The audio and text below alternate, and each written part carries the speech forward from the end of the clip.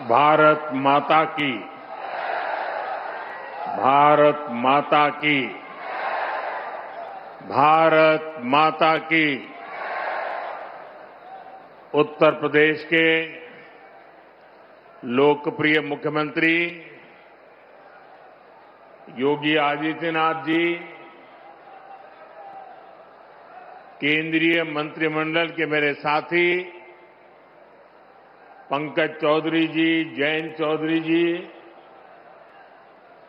उत्तर प्रदेश के उप मुख्यमंत्री ब्रजेश पाठक जी, यूपी सरकार के मंत्रीगण, संसद में मेरे साथीगण, विधायकगण और विशाल संख्या में आए हुए मेरे प्यारे भाई और बहनों, बाबा औगड़नाथ की इस पावन धरती पर मेरठ की क्रांति धरा पर आज विकसित उत्तर प्रदेश, विकसित भारत, इसके लिए नई क्रांति को ऊर्जा मिल रही है। आज पहली बार एक ही मंच से नमो भारत रैपिड रेल और मेट्रो सेवा का एक ही दिन शुभारंभ हो रहा है। विकसित भारत की कनेक्टिविटी कैसी होगी, ये उसकी एक शानदार झांकी है। शहर के भीतर के लिए मेट्रो और ट्विन सिटीज के विजन को गति देने के लिए नमो भारत जैसी आधुनिक ट्रेन, मुझे संतोष है कि ये काम उत्तर प्रदेश में हुआ है।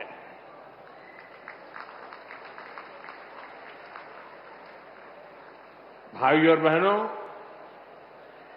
आज का ये कार्यक्रम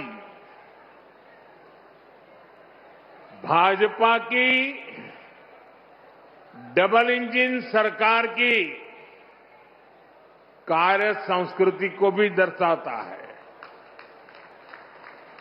और हमारी कार्य संस्कृति क्या है?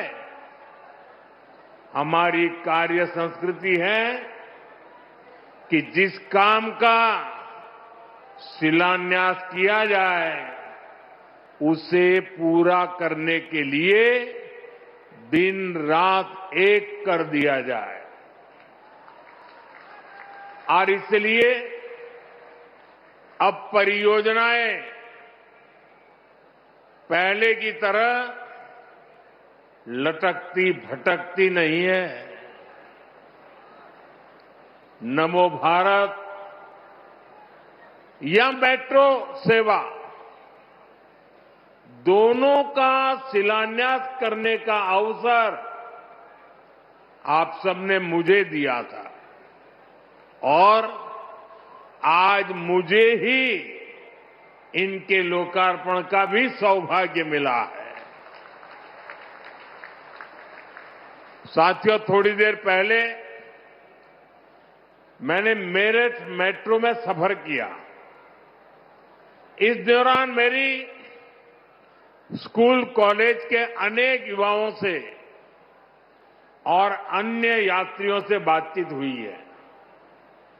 सबका यही कहना था कि इतने शानदार काम की उन्होंने कल्पना भी नहीं की थी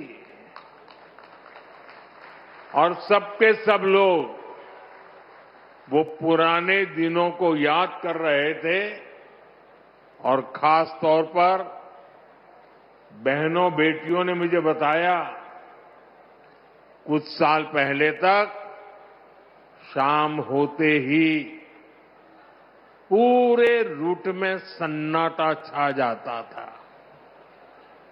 यहां डर और भय का माहौल होता था।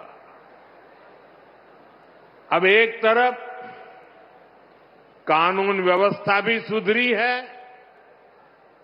और दूसरी तरफ लोगों को सुविधापूर्ण और सुरक्षित यात्रा का भी माध्यम मिला है।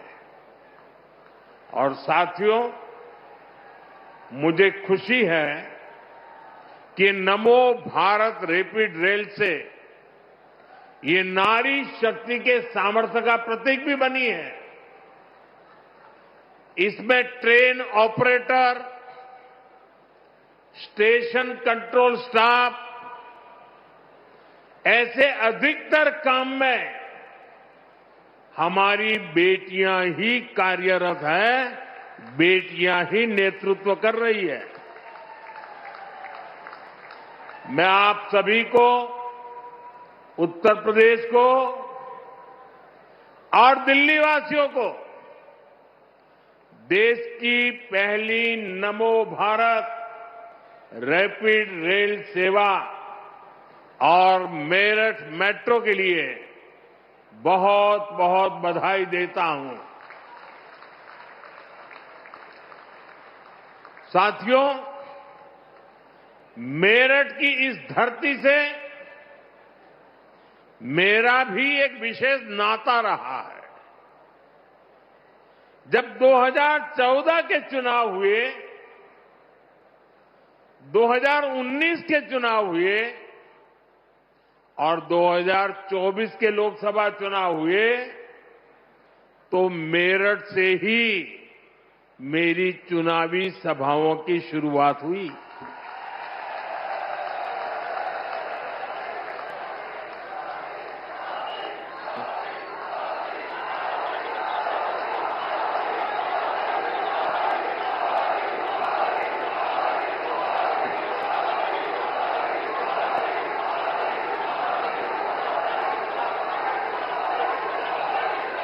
मेरठ के आप लोगों ने,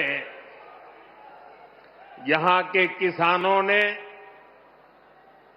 उद्यमियों ने, लघु उद्योगों से जुड़े श्रमिकों ने, कारीगरों ने, दुकानदारों ने मुझे हमेशा बहुत आशीर्वाद दिया है। और साथियों, मैंने तब भी कांग्रेस और सपा बसपा को कहा था कि अपनी जहरीली राजनीति छोड़िए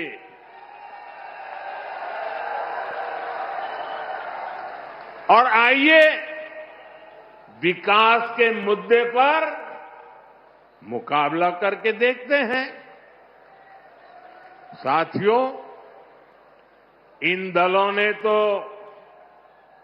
अपनी जहरीली राजनीति नहीं बदली, लेकिन भाजपा ने विकास और अपनी नीति रीति, अपनी नियत में अगर एक बात को सर्वोपरि रखा तो वो है विकास, देश का विकास।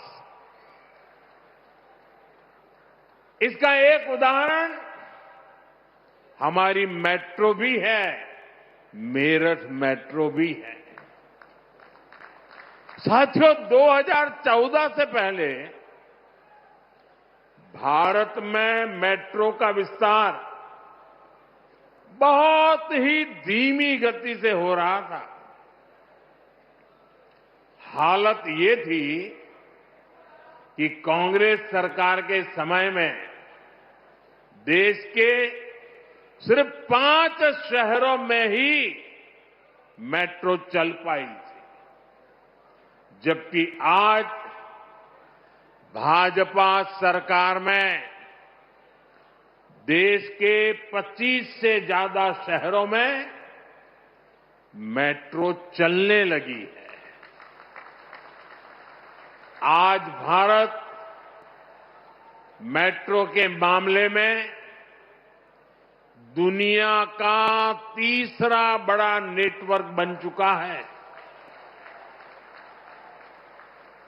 यूपी में मेरठ के अलावा भी कई सारे शहरों में मेट्रो पर काम चल रहा है। साथियों, बीते 11 वर्षों में देश के दर्जनों शहरों तक मेट्रो पहुंची, क्योंकि भाजपा सरकार देश की जनता को सुविधा देना चाहती है। देशवासियों को हाई स्पीड, जाम और प्रदूषण से मुक्त सुविधा, ऐसे हर प्रकार की व्यवस्था देना चाहती है। इसलिए आज नमो भारत जैसी आधुनिक सेमी हाई स्पीड ट्रेन चल रही है, वंदे भारत ट्रेन चल रही है। साथियों, कांग्रेस सपा की जब दिल्ली में सरकार थी, तब ये सब संभव ही नहीं था, क्योंकि तब इंफ्रास्ट्रक्चर के प्रोजेक्ट्स घोटालों में ही गुम हो जाते थे। मेट्रो जैसी और उससे जुड़ी अधिकतर टेक्नोलॉजी भी हमें विदेशों से आयात करनी पड़ती थी। हमने घोटाले भी बंद किए और देश को आत्मनिर्भरता के रास्ते पर भी आगे बढ़ाया, क्योंकि भाजपा की प्राथमिकता देश का विकास है, देशवासियों की सुविधा और समृद्धि है। आप यही देखिए, मेरठ वासियों का, पश्चिम यूपी वासियों का जीवन कैसे बदलने वाला है। सराय काले खां, आनंद विहार, गाजियाबाद और मेरठ, इन स्टेशनों पर भारतीय रेल, मेट्रो और बस अड्डों को आपस में जोड़ा गया है। देश में ये पहली बार हो रहा है जब एक ही स्टेशन, एक ही ट्रैक पर नमो भारत और मेट्रो रेल चलेगी। यानी एक ही प्लेटफॉर्म से आप शहर के भीतर भी यात्रा कर पाएंगे और उसी स्टेशन से सीधे दिल्ली भी आ जा सकते हैं। इससे मेरठ के आप जैसे हजारों साथियों को फायदा होगा, जो पढ़ाई के लिए, नौकरी के लिए, अन्य कामकाज के लिए रोजाना दिल्ली आते जाते हैं। जो लोग दिल्ली में नौकरी करते हैं और जिनका घर मेरठ में है, उनके लिए अब दिल्ली में किराए के घर में रहने की मजबूरी भी खत्म हुई है। साथियों, आज भाजपा की डबल इंजन सरकार आधुनिक इंफ्रास्ट्रक्चर पर जो इतना सारा पैसा खर्च कर रहा है, उससे आपका पैसा भी बचता है और युवाओं को रोजगार भी मिलता है। यहां पश्चिम यूपी में ही देखिए कैसे नए नए एक्सप्रेसवे बन रहे हैं। डेडिकेटेड फ्रेट कॉरिडोर बन रहे हैं। जेवर में इंटरनेशनल एयरपोर्ट बन रहा है। ये प्रोजेक्ट जब बनते हैं तब भी रोजगार मिलते हैं और बाद में नए उद्योग लगते हैं, नए कारोबार आते हैं, उससे भी रोजगार पैदा होते हैं। साथियों, उत्तर प्रदेश की ये धरती तो श्रम की धरती है, ये सृजन की धरती है। यहां के किसान हो, पशुपालक हो, छोटे लघु उद्यमी हो, बुनकर शिल्पकार हो, ये सभी विरासत और विकास के मंत्र को साकार कर रहे हैं। ऐसे में जब भारत का सामर्थ्य बढ़ता है तो उत्तर प्रदेश के इन सभी साथियों को भी फायदा होता है। साथियों, आप आजकल देख रहे हैं कि दुनिया के प्रति और दुनिया के लोगों के मन में भारत के प्रति कितनी आस्था है, लोग कितने आशावान हैं। दुनिया के अनेक विकसित देश आज भारत के साथ व्यापारिक समझौते कर रहे हैं।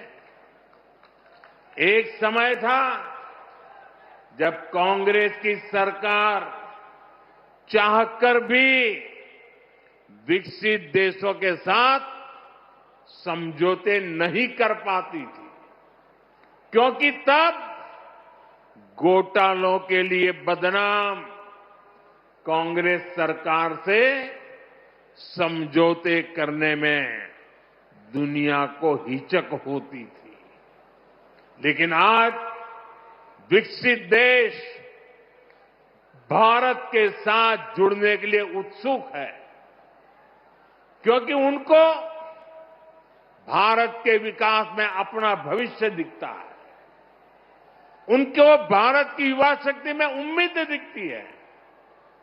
आज दुनिया को लगता है कि भारत वो ताकत है जो 21वीं सदी की चुनौतियों का समाधान दे सकता है। साथियों, बीते वर्षों में भाजपा की सरकार ने जो वैश्विक समझौते किए, उससे लघु और कुटीर उद्योगों से जुड़े लोगों को भी बहुत फायदा होगा। इसका फायदा मेरठ के स्पोर्ट्स का सामान बनाने वालों को होगा। मेरठ की ही कैंची, खुर्जा की क्रॉकरी, मुरादाबाद का पीतल, बागपत का होम फर्निशिंग उद्योग, सहारनपुर की लकड़ी की नक्काशी, लेदर, टेक्सटाइल, ज्वेलरी से जुड़े उद्योग, ऐसे हर लघु और कुटीर उद्योगों को इन समझौतों का बहुत बड़ा लाभ होने वाला है। भाजपा की प्राथमिकता देश के छोटे बड़े शहरों के सामर्थ्य को दुनिया के कोने कोने तक ले जाने का है। यूपी के अलग अलग जिलों की पहचान बढ़ाना है। साथियों, हमारा मेरठ और ये पूरा क्षेत्र लघु उद्योगों का, एमएसएमई का बहुत बड़ा सेंटर है। इस वर्ष जो केंद्र सरकार का बजट आया, उसमें हमने लघु उद्योगों के लिए 10,000 करोड़ रुपए के विशेष फंड की घोषणा की है। इससे यूपी के एमएसएमई को लोन मिलना बहुत आसान होने जाएगा। बजट में हमने कपड़ा उद्योग के लिए, बुनकर समाज के लिए महात्मा गांधी ग्राम स्वराज योजना की घोषणा की है। इससे खादी, हैंडलूम, हस्तशिल्प को विश्व बाजार तक पहुंचाने में मदद मिलेगी। साथियों, पहले छोटे कारीगर केवल 10 लाख रुपए तक का सामान कुरियर से भेज सकते थे। अब यह सीमा पूरी तरह हटा दी गई है। इससे मेरठ सहित यूपी के सभी बुनकर और अन्य छोटे उद्यमी ऑनलाइन ऐप के जरिए अमेरिका या यूरोप के ग्राहकों को भी अपने प्रोडक्ट आसानी से बेच पाएंगे। साथियों, मेरठ, हापुड़ और आसपास के इस क्षेत्र ने चौधरी चरण सिंह जी के विजन को शुरुआती दिनों से देखा है। यह हमारी सरकार का सौभाग्य रहा कि हमें चौधरी चरण सिंह जी को भारत रत्न देने का सौभाग्य मिला। भाजपा की डबल इंजन सरकार उनके विजन पर चलते हुए किसानों की आय बढ़ाने के लगातार काम कर रही है। इसके लिए फूड प्रोसेसिंग पर बहुत बल दिया जा रहा है। पीएम किसान सम्मान निधि का पैसा भी छोटे किसानों के बहुत काम आ रहा है। अब तक यूपी के किसानों को पीएम किसान सम्मान निधि के तहत लगभग 95,000 करोड़ रुपए मिल चुके हैं। इसमें मेरठ के किसानों को भी लगभग 800 करोड़ रुपए मिले हैं।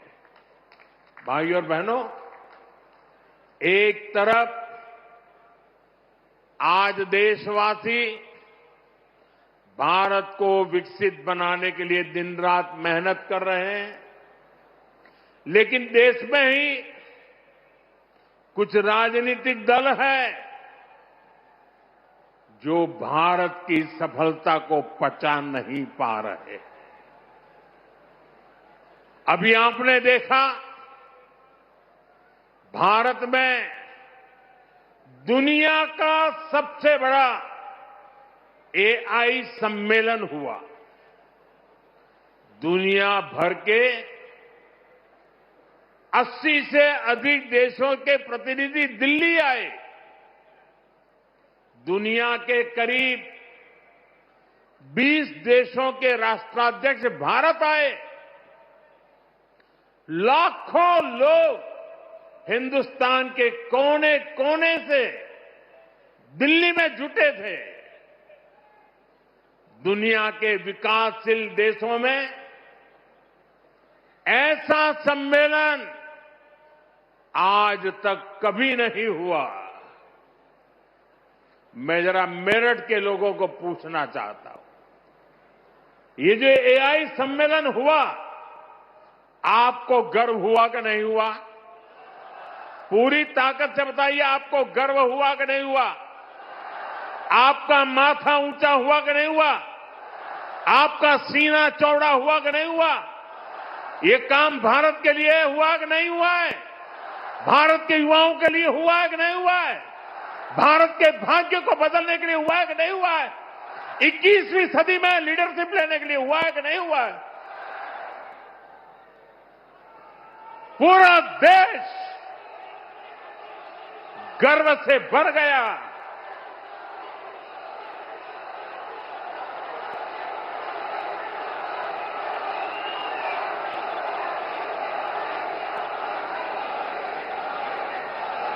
लेकिन कांग्रेस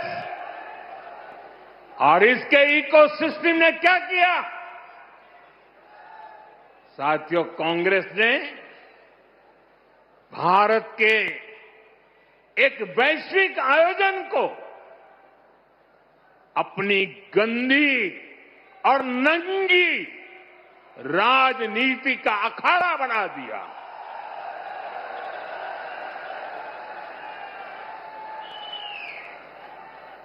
समारोह स्थल पर विदेशी अतिथियों के सामने कांग्रेस के नेता कपड़े उतारकर पहुंच गए।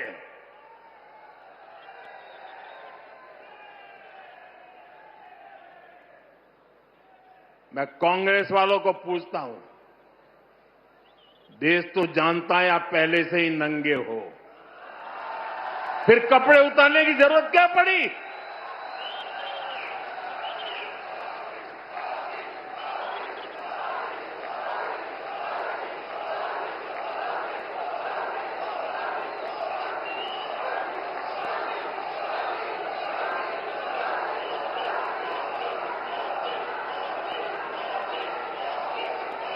कांग्रेस के नेताओं ने वहां जो कुछ किया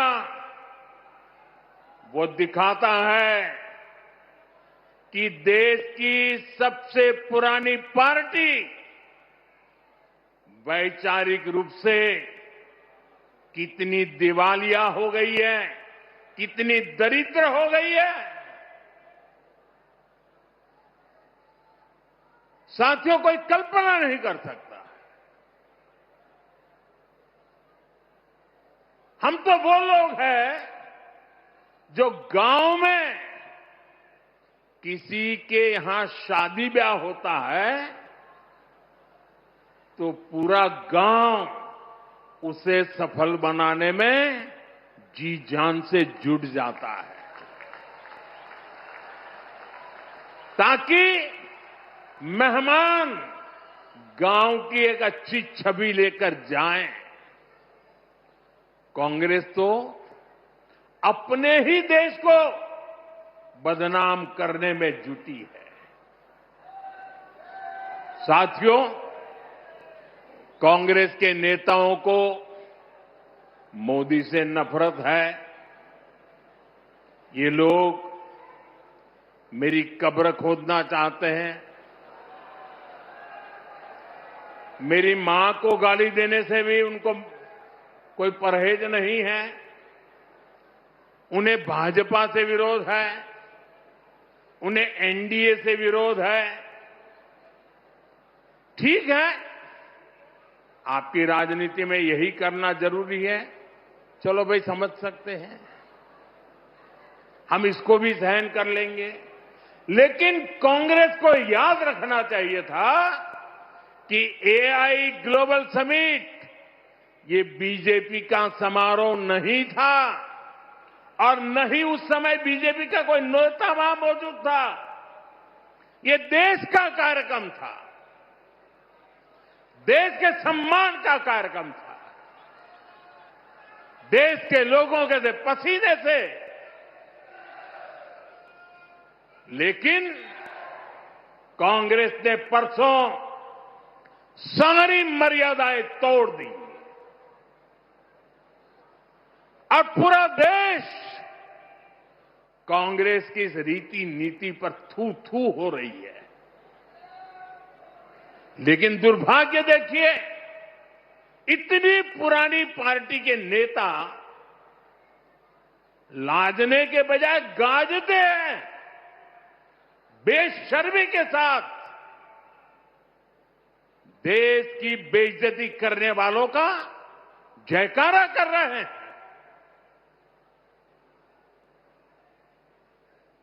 और ये मामला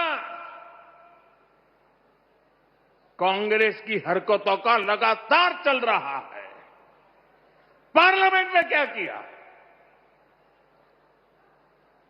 पार्लियामेंट में खुद परफॉर्म कर नहीं पा रहे तो अपने साथी दलों को भी बोलने का मौका नहीं देते,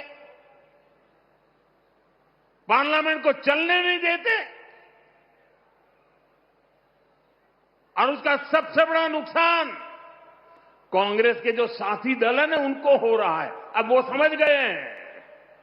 ये अभी दिल्ली में उन्होंने जो ये नंगापन दिखाया, उनके सारे साथी दल चौंक गए हैं, सबने किनारा कर लिया। और मैं नम्रतापूर्वक देश के मीडिया को भी एक रिक्वेस्ट करना चाहता हूं। वैसे मैं मीडिया को हर प्रकार से झेलने के लिए ईश्वर मुझे शक्ति दे प्रार्थना करता रहता हूं, लेकिन आज मैं उनको प्रार्थना करता हूं कि कृपा करके हम जब इस प्रकार की हरकतों की आलोचना करें तो आप ये हेडलाइन मत बनाइए कि मोदी ने विपक्ष को धो डाला।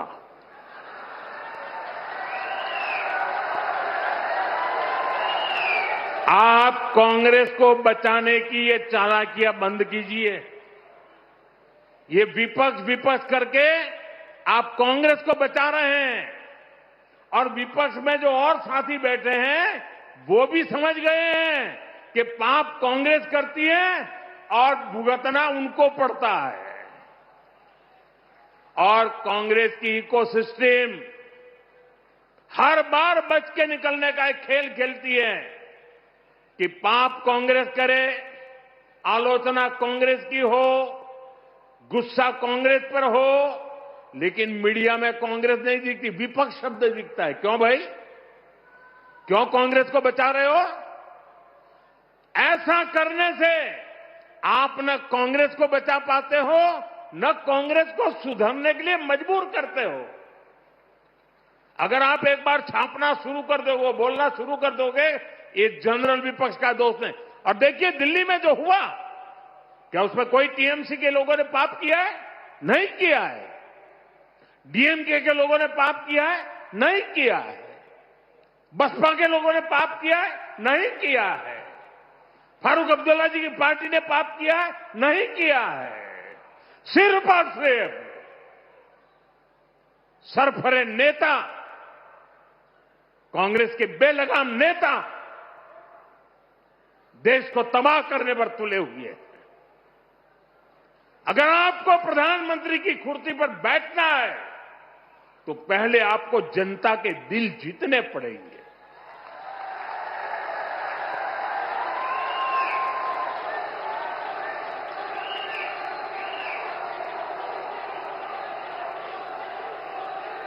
महिलाओं एमपीओ को भेज करके सीट पर कब्जा करने से आप प्रधानमंत्री नहीं बन सकते हो। और माताओं बहनों को इस प्रकार से आगे करने की क्या मजबूरी है आपकी? क्या इतने खोखले हो गए हो आप लोग? साथियों, कांग्रेस देश के लिए बोझ बन गई है और मुझे इस बात का संतोष है कि दिल्ली में जो घटना घटी, कांग्रेस के सभी साथी दलों ने कांग्रेस की भरपूर आलोचना करने की हिम्मत दिखाई है।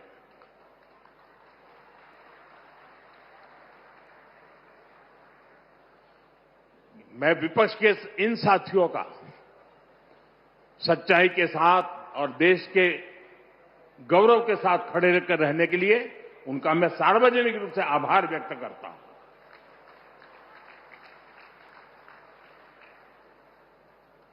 साथियों, भाजपा सरकार के लिए देश का विकास, यूपी का विकास सर्वोपरि है।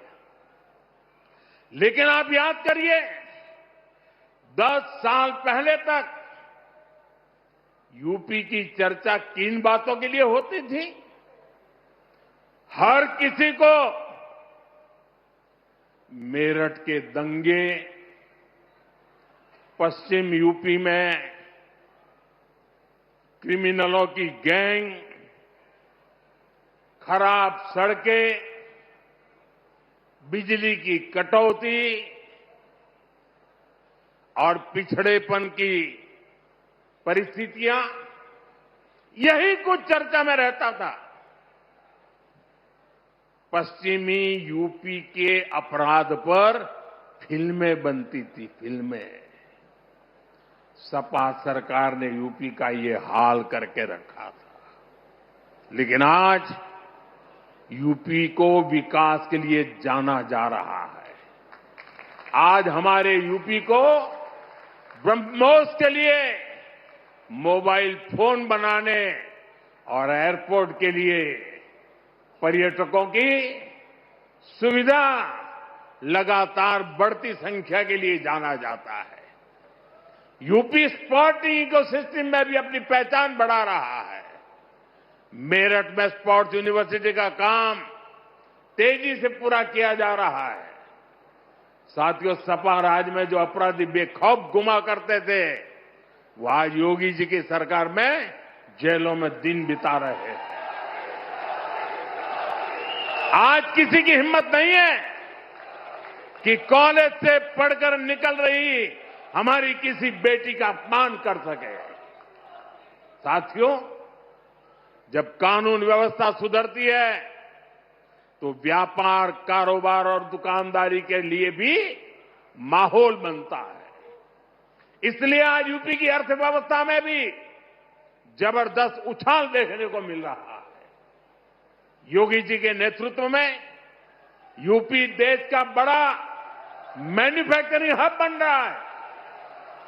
कल ही मुझे यूपी की पहली सेमी कंडक्टर फैक्ट्री का शिलान्यास करने का अवसर मिला है। इस सेमी कंडक्टर फैक्ट्री के बनने से यूपी का सामर्थ्य और ज्यादा बढ़ जाएगा। इससे यहां नए निवेश, नए रोजगार के लिए अद्भुत संभावनाएं बनेगी।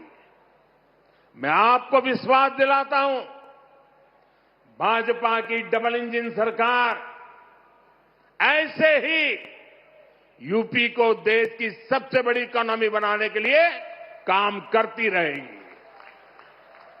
यूपी विकसित होगा तो ही भारत विकसित होगा। एक बार फिर आप सभी को नमो भारत ट्रेन और मेट्रो प्रोजेक्ट के लिए बहुत बहुत शुभकामनाएं देता हूं। ये वंदे मातरम के 150 वर्ष मना रहे हैं। मेरे साथ बोलिए, वंदे मातरम, वंदे वंदे वंदे वंदे वंदे वंदे वंदे वंदे वंदे वंदे वंदे।